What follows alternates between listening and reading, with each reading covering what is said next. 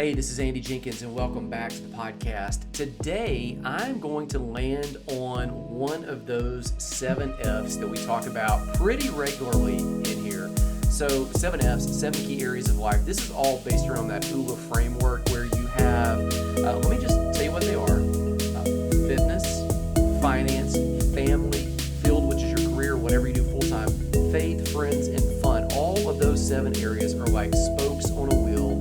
And if you lose one spoke, your wheel might get a little bit wobbly. It makes it more likely that you're going to lose another spoke.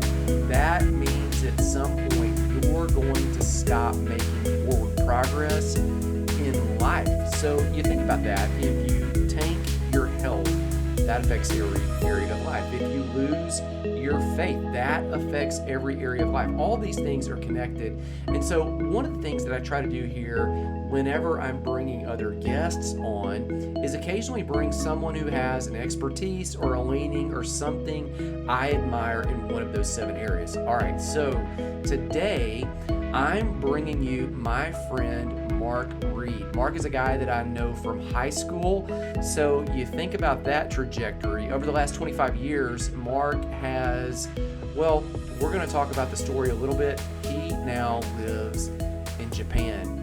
Since I've known Mark, he's always had this unique way of bringing people together. Never meets a stranger, has great, deep relationships, and has this unique way of somehow getting along in powerful, connected ways with people who totally disagree with him and walking out healthy relationships with them. Now, I think, and you'll hear it at the end of this, that one of the reasons he's able to do that is because people are wired for connection, and everybody is simultaneously hoping and wanting to be connected with each other. But so often we fear that others are going to push us away. When others realize that we're going to connect with them, that we're going to honor them, that we're going to respect them, that we're going to pull them close, even if they disagree, somehow the guard goes down, the height of relationship goes up, and we're all the better for it, okay? So here's my conversation with Mark Reed. As you're listening, I would love for you to go down to the show notes, follow Mark's podcast, take a look at the 21-day email challenge on my website where you can get one of those 7 key areas emailed to you every single day and grow in the 7 key areas of life. Or take a look at the new app that we've got, the new ULA project, the Design My Life Blueprint, where you can grow in all of these 7 areas of life while you live with less stress and begin to walk in your purpose. All right, here's my conversation with Mark Reed. I'll be back at the end of the show with a little bit more for you. And Mark, right now it is 8:15 here, Central Standard Time in Birmingham, Alabama, and you just told me it is right now 10:15 a.m. Okay. Monday, the next day. So you're ahead. Yes. I would think somehow with Western. I don't know if it would be like we think we're the center of the universe over here in the United States of America. Like somehow you just think, hey, everybody else would be kind of oriented behind us, but you guys are actually ahead over there in Japan. Yeah, I guess in terms of the 24-hour clock, England is like the center of the universe, right? We're all plus or minus Greenwich Mean Witch time or whatever. Greenwich Mean Time. I don't know. I mean, maybe a subject to figure out for another time. Hey, okay, so really quickly, let me tell everybody why you're on here. I kind of have set that up in the intro, but there's really 7 key areas that we talk about a lot on this podcast other than it's kind of faith driven here. So for lack of a better term, sometimes I actually just get on here and people say, we just kind of preach on there. That's probably true, but there are 7 areas that we talk about. So fitness, finance, family, your field, which is your career, whatever it is you do full time, faith, friends is the one that I want to talk about today. Fun is the 7th, but that friend thing.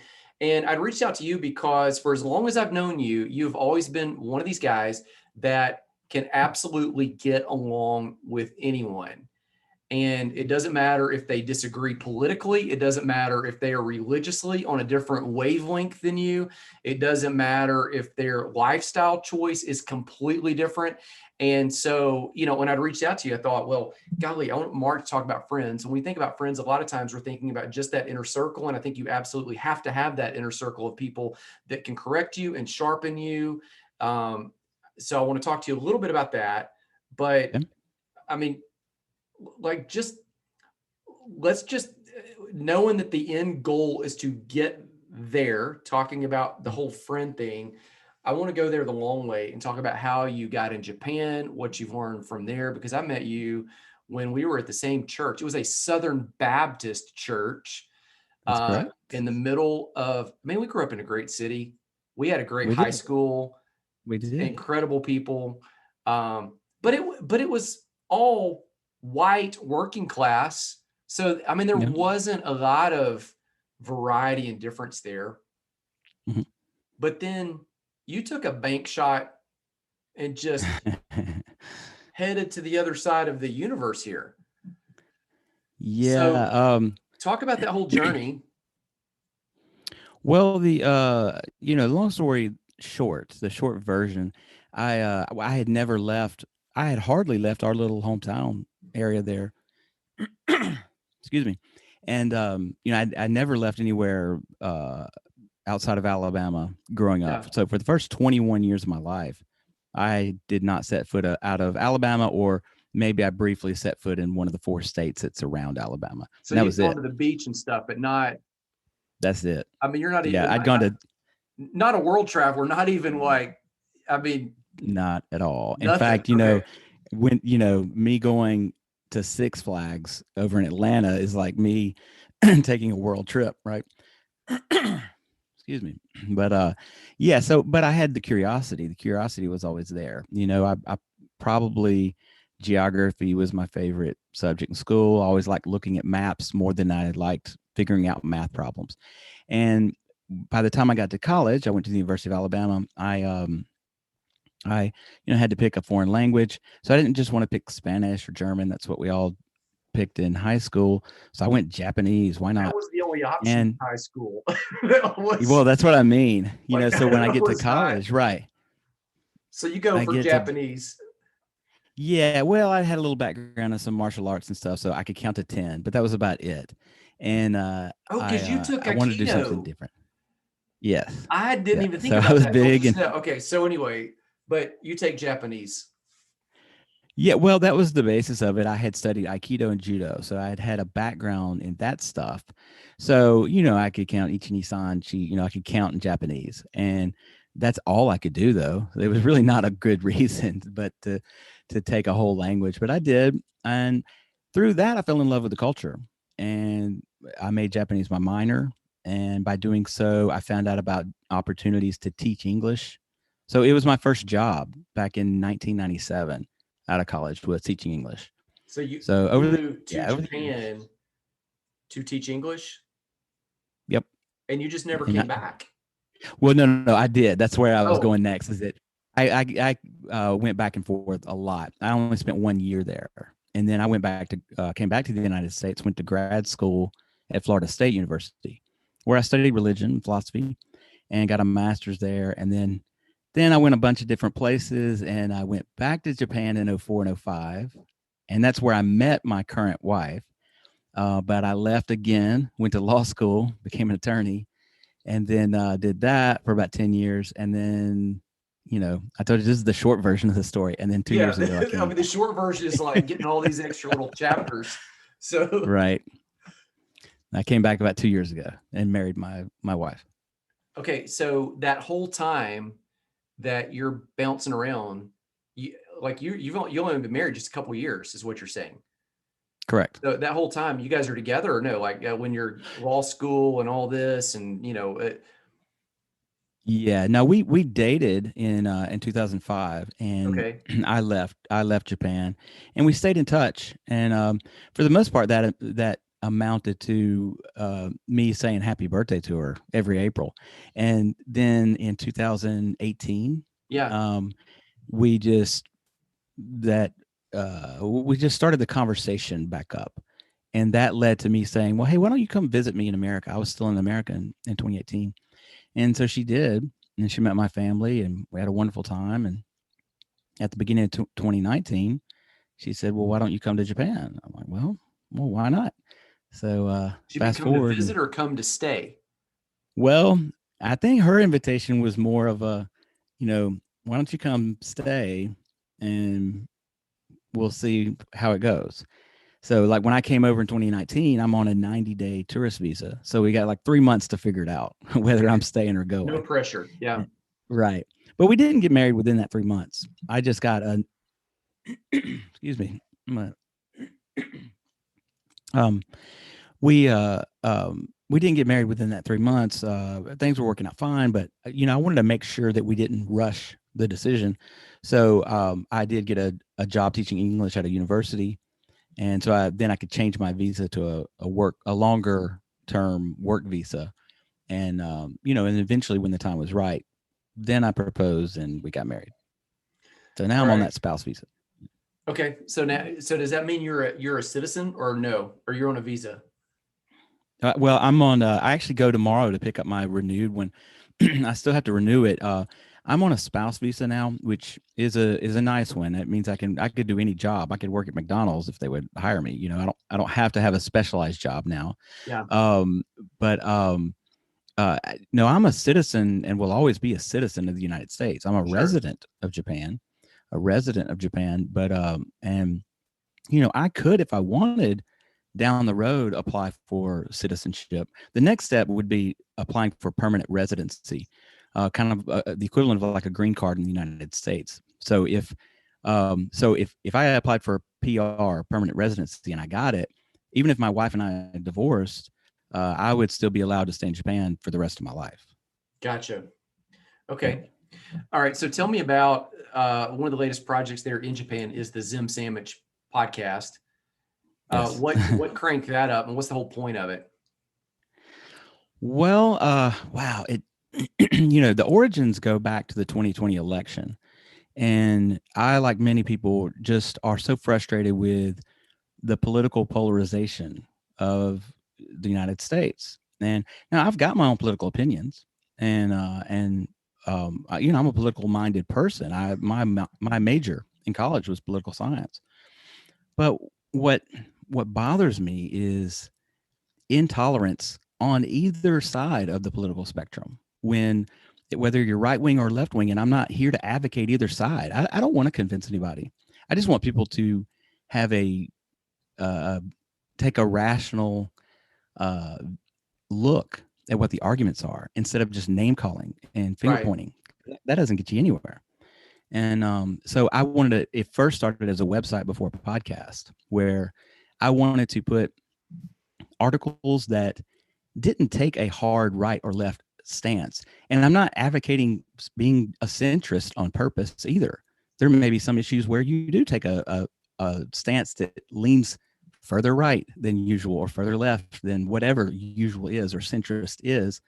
I'm just saying I wanted to put things on there that had logical thought to it and made people on the other side think. Because otherwise, if you're just going to Fox because you're conservative or MSNBC because you're a liberal, you're just sitting in an echo chamber and you're just, reconfirming that you believe what you already believe. I would rather be challenged by other thought. Well, that's that was the kind of lost is the civility of people to actually be able to disagree and then say and argue passionately about it, but still cordially disagree and move forward.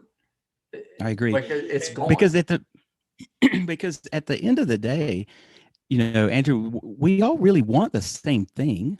We want low crime rate or no crime, right? We none of us want homelessness. We might disagree with what we do with the homeless problem, but we want a nice place to live for everybody, right? Right. Well, and everybody wants to raise their family, enjoy their life. Nobody that I know wants the government overly involved in their life from either side. They all want to kind of do their own thing. But you kind of, everybody wants to be healthy. Nobody wants to get sick with COVID. Like nobody wants people to die. It's just Right. everybody disagrees and you kind of lose.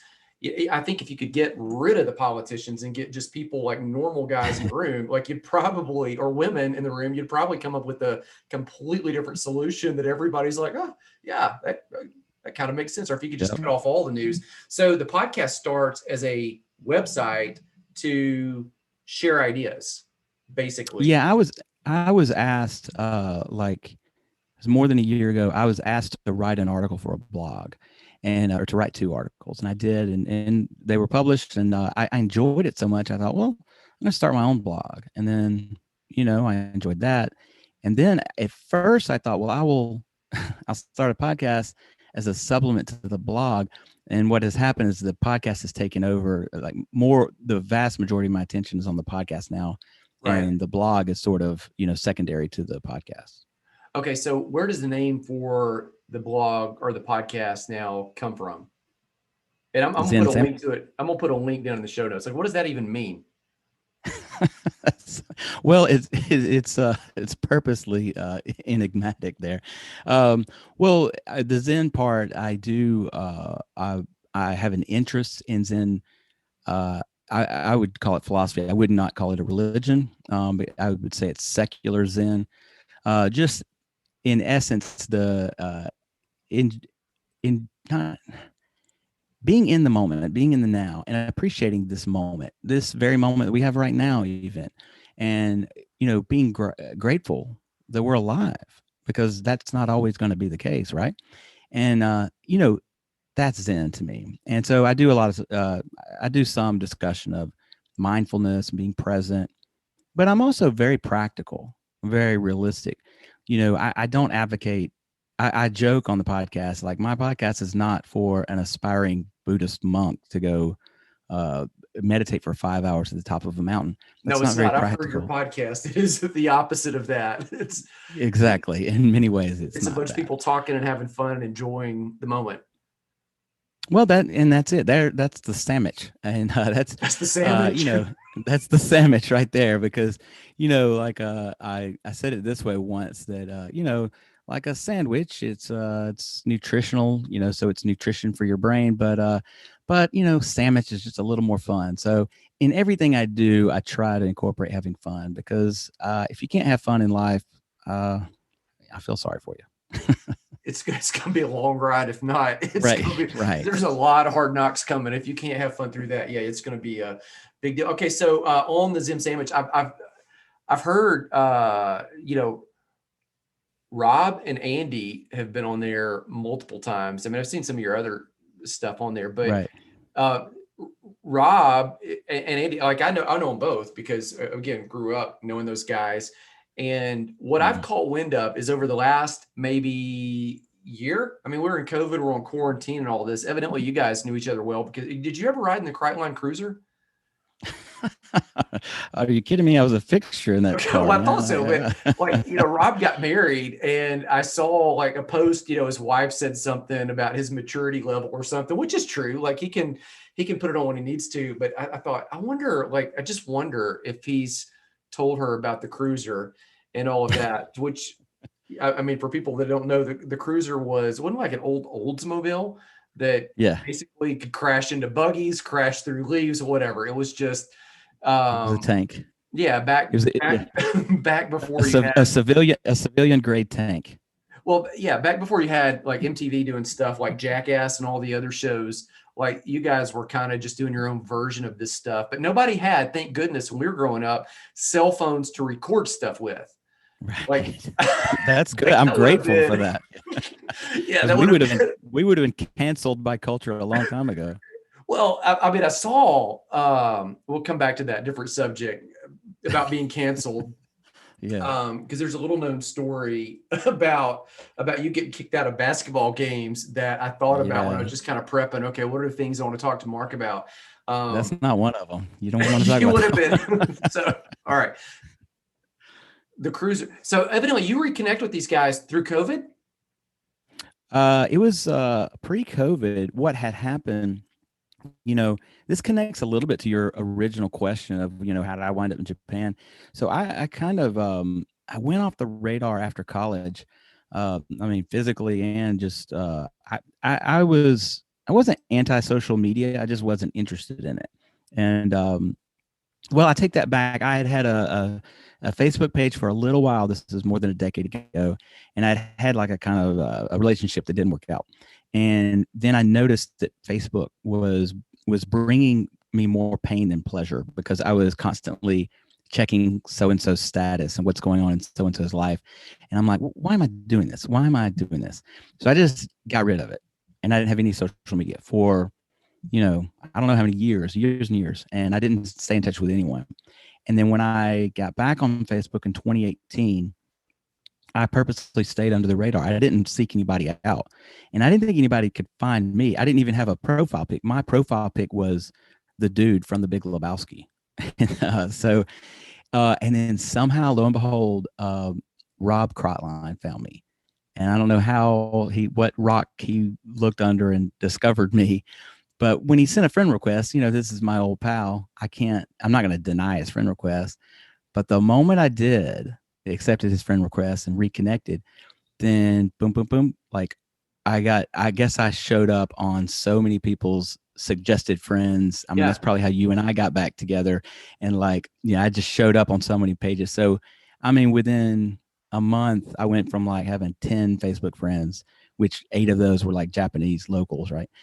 To like having over 100 just old from high school and church, But friends. Yours were like real friends. Like yours weren't like I've got 5,000 people on Facebook that I'm connected to, but the FBI couldn't find half of them, and I wouldn't recognize 90% of them if you like. These are real people that you're really connected with. When I'm grateful, like that we can meet people online that are strangers. Like that's not the point of it. I mean, there's a lot of people that I work with now that I've met that were strangers, but like yours were actual. I mean, maybe put it like this. Yours were people you've probably been in their kitchen. Yeah, initially that was the parameters that I was setting for. Like, all right, I'll do this Facebook thing again, but this is only going to be actual genuine friends, not just I met you once. Hey, give me your Facebook profile and invite. I can't say that that's the case as much anymore. I mean, I do have like maybe 150, and I couldn't call up all 150 of those people and say, hey, how you doing? Without it being awkward for at least 120 of those people. So, it's changed a little bit, but for the most part, I would, I have a couple of times purged it where I've gone through and I'm like, I don't even know who this person is. So I'm just going to, unfriend them. I'm not to be mean spirited. I just don't know you, so I've just, I might've met them one time and I just take it out. All right. So talk to me about the importance like that you've seen of relationships. I mean, cause you've bounced a lot, but you're not a loner. You meet guys really easily. I mean, I don't want to be graded by everything I did in high school. But that's when I met you. And I mean, if I was grading you based on how you interacted with people, then I would be like, oh, he's an easy guy to get along with. Like, I hope I still am. Like, yeah. So, I mean, that would be like a good grade to get, but then you go and do kind of this tour by yourself. Talk to me about the tension of that. The tension? Yeah. What do you mean? Like, I mean, connecting with people and, the importance of people. That's a tough question well, it's certainly important to me. And because people will often joke like, oh, I don't like anybody. I just want to be, I do like people, and I do try to see the good in people. And I try to be forgiving of people's faults because I need their forgiveness too, because I got lots of faults. So, I think we need each other.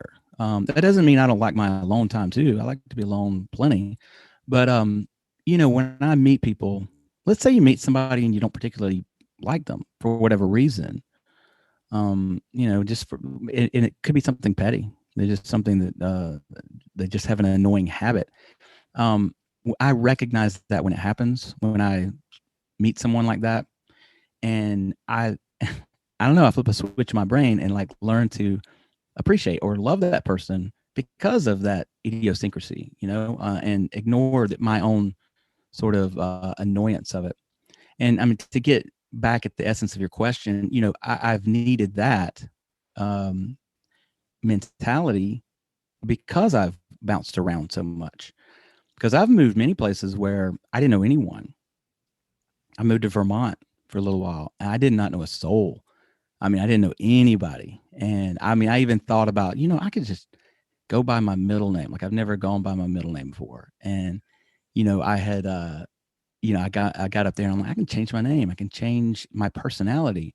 And I've done that sort of thing, not changed my personality, but I have bounced around and gone to new locations so many times that, I guess it's a survival skill of mine to meet people I don't know and find a connection, because we can connect with someone on some level, pretty much, I mean, unless you're an extreme person, we connect on a level of being human with just about anyone we meet. Well, yeah, I mean, I agree. Like humans are designed for connection and designed for relationship. I mean, I come at that from probably a faith perspective, where, I think humans are created in the image of God. And so God being relational, if you look in Genesis 1, he says like, let us, plural, make man in our image. They do. Mm. God does. And then, there's this interesting story where it happens when Adam is there and all the animals are brought before Adam to see what he will name them. This is before Eve is created. If you read the Diary of Adam and Eve by Mark Twain says in the Diary of Adam and Eve that God did that because if Eve was there, it would have taken so long to name the animals because Eve would have been correcting him the whole time. So, like, I mean, he straight up writes that. I don't think Yeah. that's true, but you notice like the first instance of the phrase not good in scripture. Creation is good. The light is good. The plants are good. The animals are good. Like everything is good, good, good, good, good, all the way until everybody's brought, or all the animals are brought by Adam. And then all of a sudden it says, for Adam, no helper was found. Okay. And I know everybody splits hairs over that word helper. It's the same word used of the Holy Spirit. It's the same word used of God as our helper. It's not a denigrating term. It's just a term of like this suitable companion. It says not good that Adam's alone. And I always thought like, why in the world, like, how did God miss that?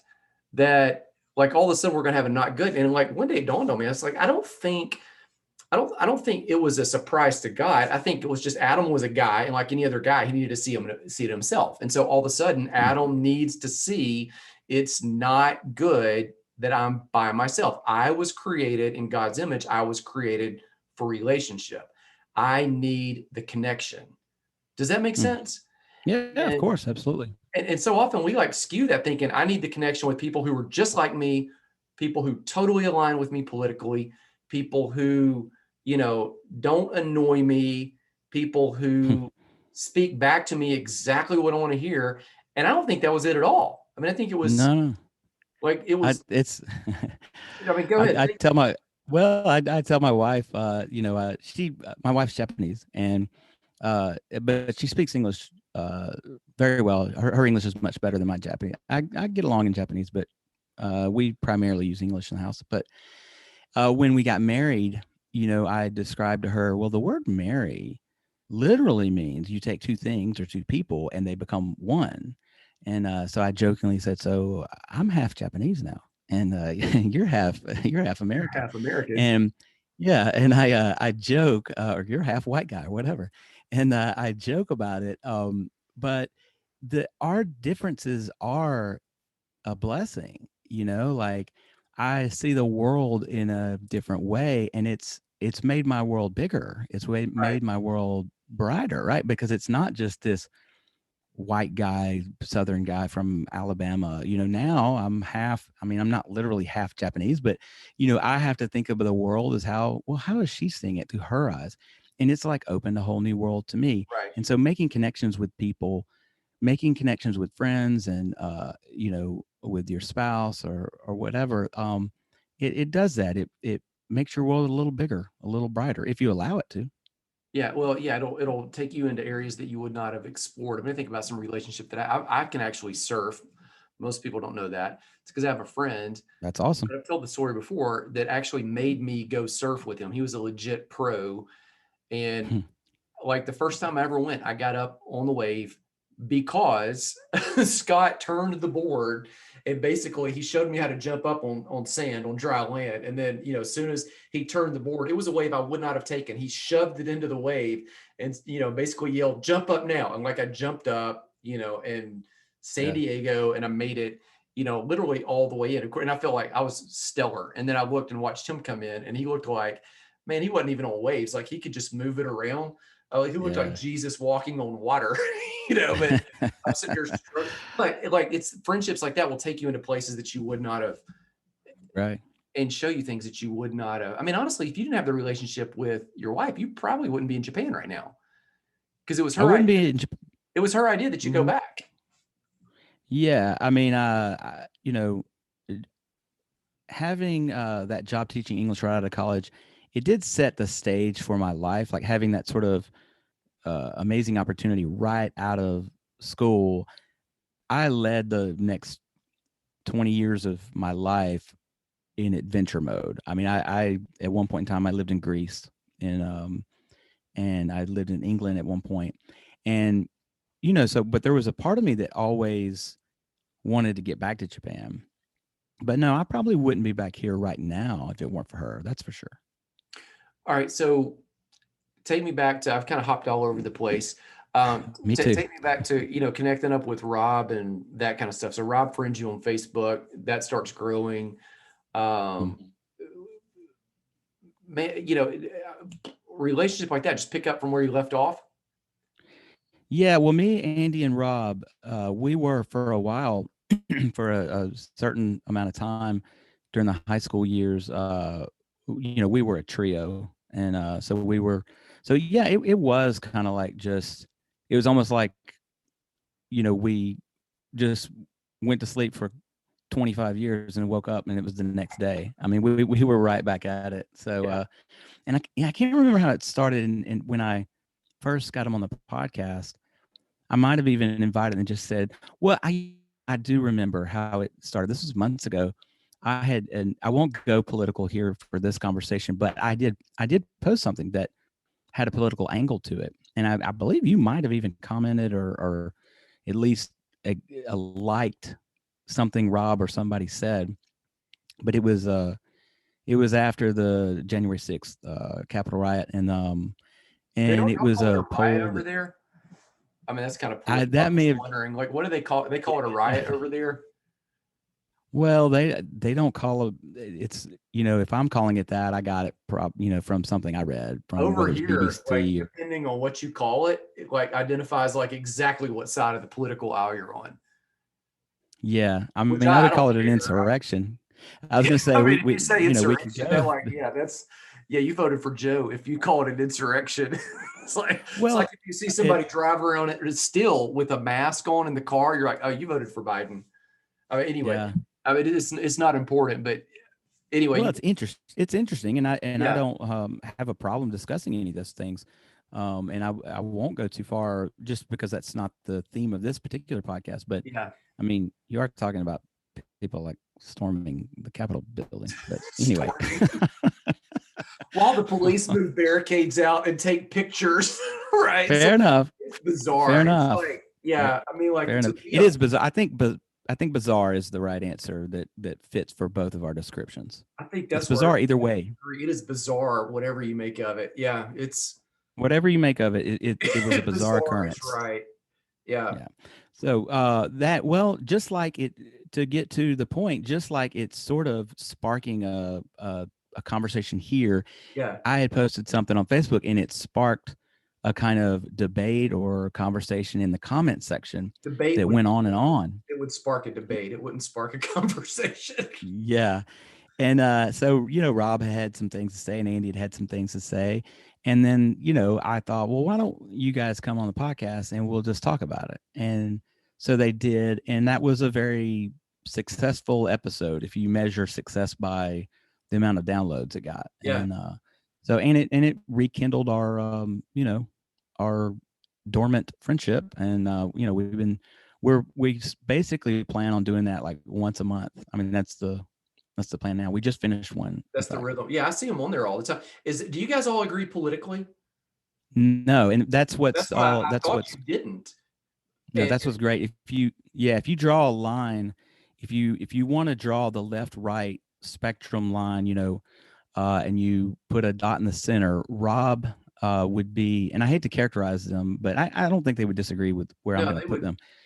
Yeah, Rob is going to be on that right side of that line, and then Andy is going to be on the left side of that line, and I'm in between those two. I lean left. I Yeah. admittedly, I don't try to disguise what I think, I I think what I think because I have thought it through. Let's put it that way. I don't just blindly adhere to what a partisan platform tells me to think. I would be just as quick to criticize Obama as I would be Trump.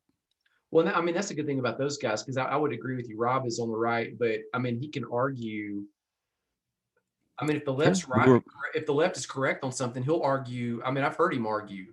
He's argued with me about it before, like when he's thought, like, "Hey, the left's got this one correct," and like, and then I've seen Andy kind of do the stuff too, to where it's just, I mean, it's well-informed opinions, and if you disagree, it's Right. like, okay, cool, well, let's just go drink beer, and we can still disagree and move forward. You know, Right. all right, take me to another. You were in philosophy and all of that. Yeah. Pick put me there because growing up, in a Southern Baptist church where, and then all of a sudden you go to Japan and then you come back and you're in the philosophy department at FSU. I can't imagine that that was just a straight line of belief. Like there had to be some Well, mash up there. that's a good question. It's not exactly what it seems. I had actually applied for the graduate program at FSU before I left for Japan. I had done it a year before. What had happened is uh, when I was at Alabama, I had majored in political science. I had minored in Japanese. I had done all of my electives, and or I'd done all my I'd done all my requirements. The math and sciences and whatnot, but I still needed, the appropriate amount of electives to get me to 128 hours or whatever it is for graduation. Yeah. And I figured out like I could actually just do all one subject and be a double major. And so I thought poli sci was my main thing. So let me just pick what I really am interested in. And because, I grew up in the church with you guys, and, I was interested in the academic study of religion. So my last semester, I mean, I had taken a couple of religion classes along the way, and then I like took a bunch of hours in my last semester and just basically did a major in one semester, and I got a double major, a bachelor's in religion as well. And so, as a backup to Japan, I didn't know whether Japan was going to work out or not. I went ahead and put in my application for Florida State to get a master's in religion, and so I go do a year in Japan, come back to Florida State, and yeah, I'm trying to draw the line how I go from like, Baptist, Southern Baptist to studying, I guess through the academic study of religion. Well, I guess in essence, it's what we're all after, right? What is the nature of God, or what am I supposed to do with my life? What is there an afterlife? How should I behave? All of those sort of um, uh, uh, questions that keep us up at night. We all want to do the right thing and believe in the right thing. So I studied it through every avenue I could, whether it's reading my Bible and going to Bible study at church, or whether it's studying religion in university. And that just it's just how way leads on to way, so to speak. And there is a Bible verse that was sort of the cornerstone of me pursuing it like that. And that's the passage in Matthew where, seek and it should be answered, knock and the door will be opened, and and I always felt that as long as I approach uh, my quest for doing the right thing or knowing God with an earnest heart and a humble spirit, that I can't go wrong. I mean, as long as I'm doing it with right intention, then I'm doing basically what the Bible told me to do: ask questions, seek knowledge. And so that all, led to where I am. Would you characterize yourself now as a Christian? I, I, I know that's kind I of like off reject. topic, but Not it's fine as a topic. I just don't want to say anything to alienate anyone who might be listening, because I have no problems with anyone's faith or calling themselves a Christian. I for myself reject labels only for this reason, that once we try to define God, too much. I mean, we have to have some conversation. We have to have some way to talk about God. yeah, But the moment that we start to define the infinite, the all-knowing, the omnipresent, well, as soon as we start slapping our words on there, well, we start to put God into a box. And so if I put that label Christian on myself and I wear it proudly, it distracts from the message. And that message is to love one another, to love God with all your heart, soul, mind, strength, and body, to love your neighbor as much as you do yourself. No greater is he than that would lay down his or her life for another. That's the message. So I like your question. I don't reject your question, but no, I it's personally fair answer. I reject the idea of me putting a label on, because my message is love, period. It can be, you can say it's Christian love. That's fine.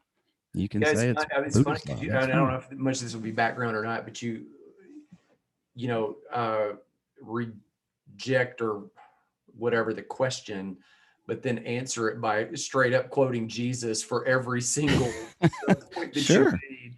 Which I mean, if you kind of put it into real historical time, like he wasn't actually a Christian. They didn't call anybody that Right. until much later, and it was always outsiders that looked in on them and called other people Christians based on.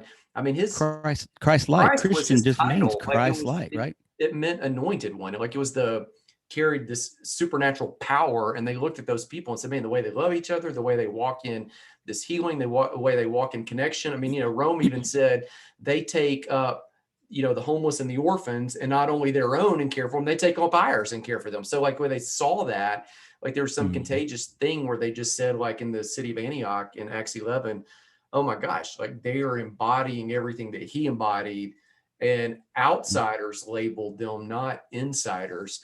Um, so how does all that affect growing up in that way, relationships now? Because I mean, the two things we've talked about that you talk about, people always say avoid that at dinner conversations, but politics, which you talk openly about, even with people that you disagree with, and religion. And you have good friendships and relationships with people on both of those that would not line up and agree with you on, I mean, some of your friends wouldn't agree with you on any of the points, Sure. right? And then others, there'd be Right. this overlap, like, Rob and Andy, that there'd be some overlap and some not overlap, but like it Yeah. doesn't. Well, let me address it this way. I was actually a guest on another podcast once called The Confident Marriage, and they were asking me my thoughts on my relationship with my wife. I think they were interested because my wife's Japanese and I'm American. How does that work? Anyway, one of the points I had brought up on that podcast, I had said that Haruka, that's my wife's name, Haruka and I have this sort of understanding that if we ever don't see eye to eye on something and we have a conversation about it, we each come to the table, to the metaphorical, debate table or whatever. Conversation, Uh, yeah. yeah, we both come to the conversation with the notion in mind that we might be wrong. So even though I think, I've got my opinion on this, I got my opinion on what curtains we should get or how many children we should have or whatever it is, and she's got her opinion. I come to the table with a willingness to accept that I might be wrong, you know, And she extends to me the same favor.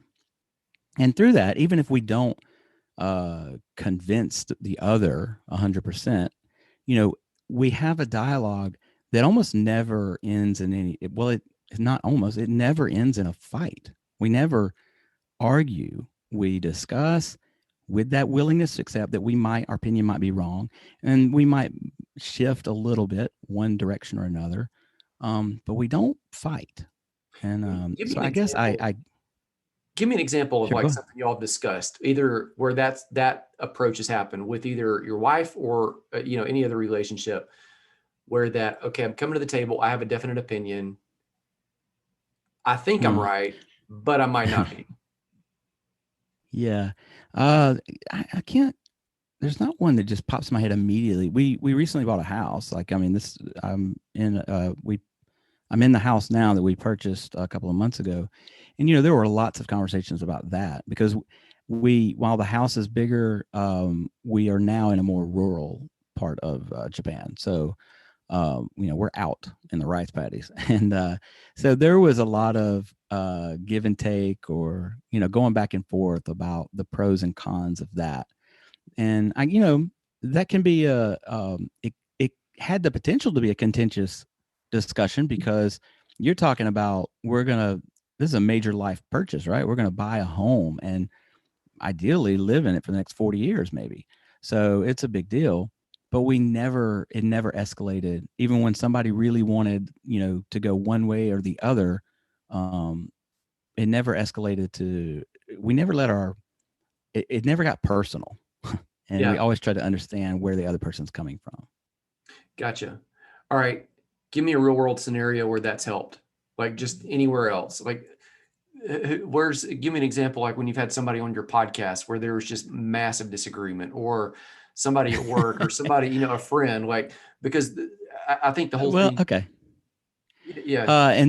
And this will give us just a small break from politics and religion, but I mean, it could as easily be that. I had a guest on. He's still a friend of mine. His name's JT Tingley, and he does a podcast called The Paranormal Sun. And on his podcast, he explores, well, anything paranormal, whether that's UFOs or ghosts or anything that's unexplained. And the truth is, I don't believe in any of that stuff. Zero. And I had him as a guest on the podcast, and I told him that I'm skeptical, but I'm open minded. Like, I don't want to shut anybody down. So you're coming to that. I don't believe in that, but I could be wrong. But I could be wrong. I mean, That's your but I approach. mean, Okay. yeah, I could be wrong. It, you know, I'm open. Well, I'll put it to you, an even bigger one, a harder pill to swallow. Um, we have a mutual friend, you and I do, and I'm reluctant to mention his name publicly here, just in case.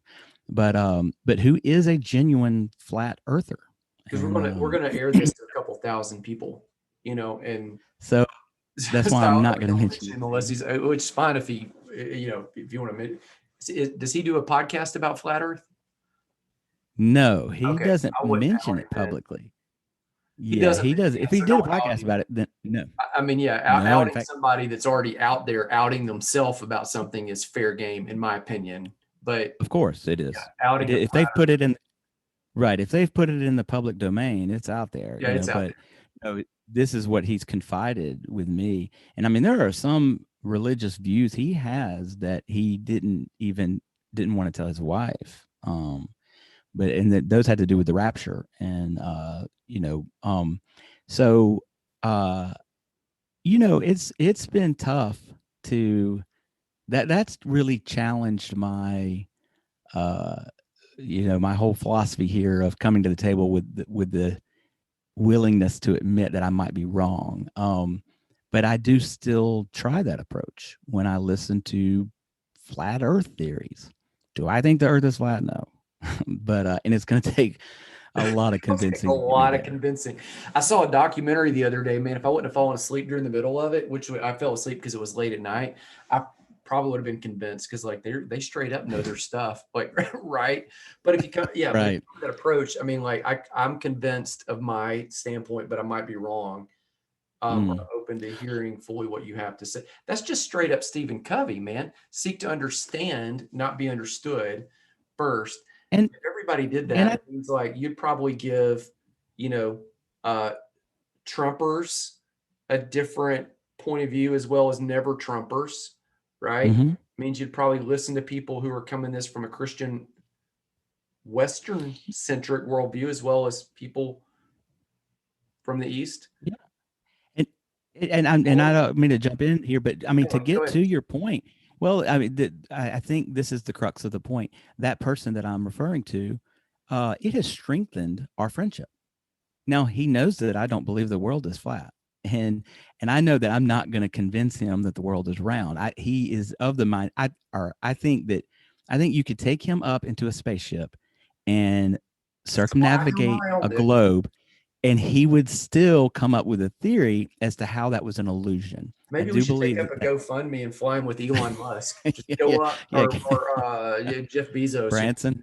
just Yeah, yeah, or yeah, whoever. Bezos is next. Yeah, to do a GoFundMe and send He the would. guy in outer space. Well, I think maybe this is the thing that you get at. You know, talking about friendships and connections and that sort of thing is, there is this guardedness that everyone has. This nervousness. Am I going to be accepted? And so Mm, people hide, man. We hide in relationships all the time. We hide our political views. We hide our religious views. We hide what color of carpet we want on the floor because we're afraid that we're going to be shunned and not accepted. We're afraid we'll be rejected. And again, to go back to what we said in the beginning, we're made for connection. That's part of, I mm, believe, the image of God on all of us.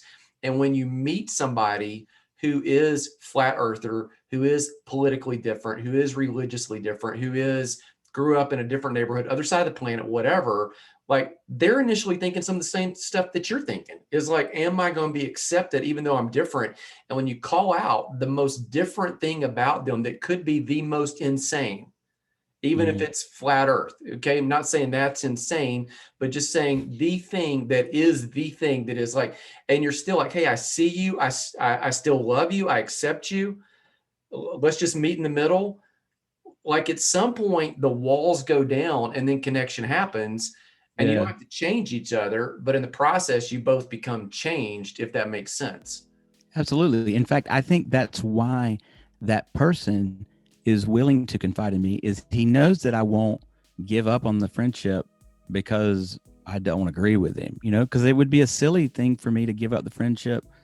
He might hold the belief that I think is sort of out there, but that doesn't mean I can't still love him, and that we can't be friends. So, and that actually opens the door for him to share those inner feelings Right. and thoughts. Well, and I mean, and like you got your own stuff that he's looking at it going, yeah, like, what Of I'm saying? Like, course. it's like we Of all have course. these idiosyncrasies or imperfections or whatever. So like, so often it's easy to go, oh yeah, we're tolerating them. But Mm. at the same time, they're also tolerating, for lack of a better term, our imperfections, I guess. Right. All right, dude, this has been enlightening and helpful. I appreciate you jumping Well, great. on. Anything else Of that course. you want to say, like about all of this? Like, I'll give you the last word. No, love each other, man. Stay kind. It's really that simple. And in fact, that's kind of the message in my podcast is like, I will say it. I do podcasts like this where I interview someone or have a conversation with someone, and then I have a few that I do solo where I've got some research together and I just give my 2 yen, my 2 cents on something, and I will in some of those I will say from time to time I'll say it's really that simple. Like I have one episode that's basically entitled, "You don't have to be good at life. You don't have to make $1 million. You don't have to be good at math. You don't have to be good at life. All you got to do is be kind and love each other. Enjoy the fact that you are alive. It's really that simple." So there it is. I'm going to leave it right there. Be sure to go to the show notes, follow Mark's podcast. If you want to support Mark's show, he actually does this with a Patreon account, and you can become a supporter of Mark and the Zen Sammich podcast. While you're in the show notes, be sure to sign up for the 21-day email challenge. That is the challenge that is going to give you an email every day for 21 days to help you grow in one of the 7 key areas of life, to live with less stress, to walk in your purpose. Or if you want to shortcut that thing and just go all the way in, go to the link down below where you can register for and sign up for the Design My Life Blueprint.